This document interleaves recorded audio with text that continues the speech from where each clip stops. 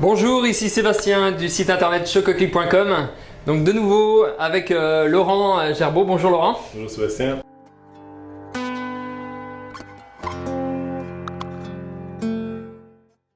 Donc là, on va aller un petit peu dans les profondeurs de Laurent. Il va nous expliquer un petit peu qui il est, qu'est-ce qu'il fait, pourquoi il est venu à faire du chocolat, etc. Donc Laurent, dis-moi, raconte-nous un petit peu ton histoire, tes racines sur le chocolat. À la base, j'ai beaucoup de chance parce que je suis petit-fils de pâtissier boulanger. D'accord. Et il faisait évidemment du chocolat à Noël et à Pâques. Et donc j'ai grandi dans les sucreries, dans les gâteaux, les boules de Berlin, les gaufres, les gossettes.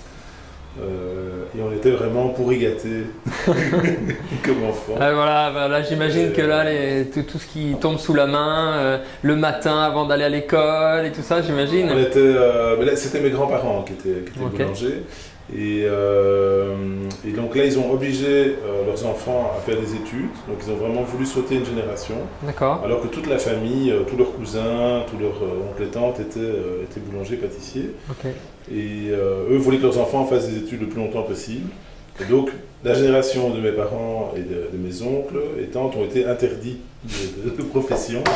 Et ma génération est de retour dans le métier. D'accord, mais c'est pourquoi? C'est vraiment un truc, c'est assez comique. Mais c'est toi qui as voulu aller sur le chocolat Ça s'est fait, enfin le chocolat c'était un des moyens de m'amuser, mais c'était, à la base moi c'était la cuisine surtout. Okay. Donc mes parents recevaient énormément, et donc il y avait tout le temps des amis à la maison, tout le temps des fêtes, ma mère cuisinait énormément. J'ai toujours été fourré dans la cuisine. J'ai toujours été faire les courses avec elle et très tôt, je faisais cuire des trucs. Okay. C'est venu de ça. Et alors le chocolat, c'est venu un peu plus tard. Le déclic, en fait, c'est quoi le déclic La première idée dans le chocolat, c'était un projet de sculpture en chocolat qui ne s'est pas réalisé. Mais entre-temps, j'avais commencé à étudier le chocolat, à travailler dessus. Et c'est vraiment, de nouveau, le travail en atelier, le travail en production qui m'a plu. D'avoir un contact direct, vraiment les mains dans la matière et surtout un résultat concret très rapide. Ouais. Donc c'est bon, c'est pas bon, on le sait tout de suite. Okay. On ne doit pas attendre 2 ans ou 5 ans si on fait des études universitaires. On le voit tout de suite. Et donc ça, j'aimais beaucoup ce rapport-là. Le fait de travailler seul aussi au début. J'étais un peu autiste. Même si j'ai un côté très social. Je suis assez autiste en production et donc j'aimais bien le fait de pouvoir être seul, qu'on me laisse chipoter, quoi. Ouais. Pour pas qu'on te dérange, ça te permet mais ça te permet aussi d'avoir tes premières armes dans le chocolat de toute façon. Oui, et puis de goûter, de faire mes expériences, de réussir, de rater des trucs, de les brûler, de les jeter, de recommencer. Mais c'est vraiment le fait d'avoir juste un moment à moi et qu'on me foute la paix, quoi. Bon, là maintenant j'ai une grosse équipe, il y a plein de gens qui travaillent ici pour le projet, et c'est très très gai, et ça va, je communique mieux avec les gens. Mais au début j'étais quand même un peu plus autiste. Oui. Ouais. Et après, ça fait combien de temps là que tu as ta boutique? Comment tu es venu à te mettre à ton compte, à avancer dans la direction où tu es aujourd'hui? Alors, je suis indépendant depuis 2001.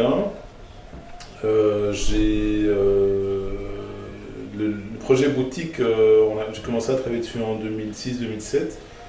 Puis le temps de trouver un local, etc. Enfin, ça a vraiment pris du temps. Donc ici, on a ouvert en 2009 et le projet est enfin stable. Donc ça prend vraiment du temps de s'installer, de faire une clientèle. Il faut vraiment recommencer à zéro. Avant ça, je faisais quasiment que de l'export. Je n'étais pas très connu en Belgique et à fortiori pas beaucoup à Bruxelles.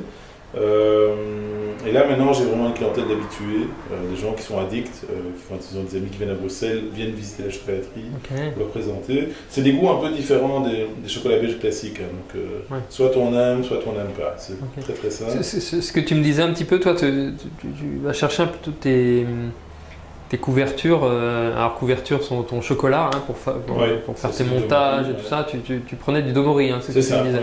Alors qu'est-ce qui te fait ton choix? Pourquoi Domori en chocolat? Je les ai goûtés tous à l'époque, en 2004-2005, et à ce moment-là, dans les petits fabricants Bean to Bar, il y en avait très très peu sur le marché. Il y en avait 4 en France, 2 en Italie, un en Suisse. Enfin, c'était vraiment un tout petit marché. Bon, maintenant, il y en a beaucoup plus, avec des qualités variables. Et je trouvais que Demory avait vraiment le plus d'avancées à ce moment-là, le plus de longueur en bouche, un goût vraiment qui frappait. Ouais. J'adorais Bonnat aussi, enfin j'adore toujours Bonnat en France. J'ai vraiment hésité, bon je les avais tous goûtés, j'hésitais vraiment entre les deux. Je trouvais qu'à ce moment-là, Demory avait un petit truc en plus. Mais ils font tous les deux un boulot fantastique, quoi.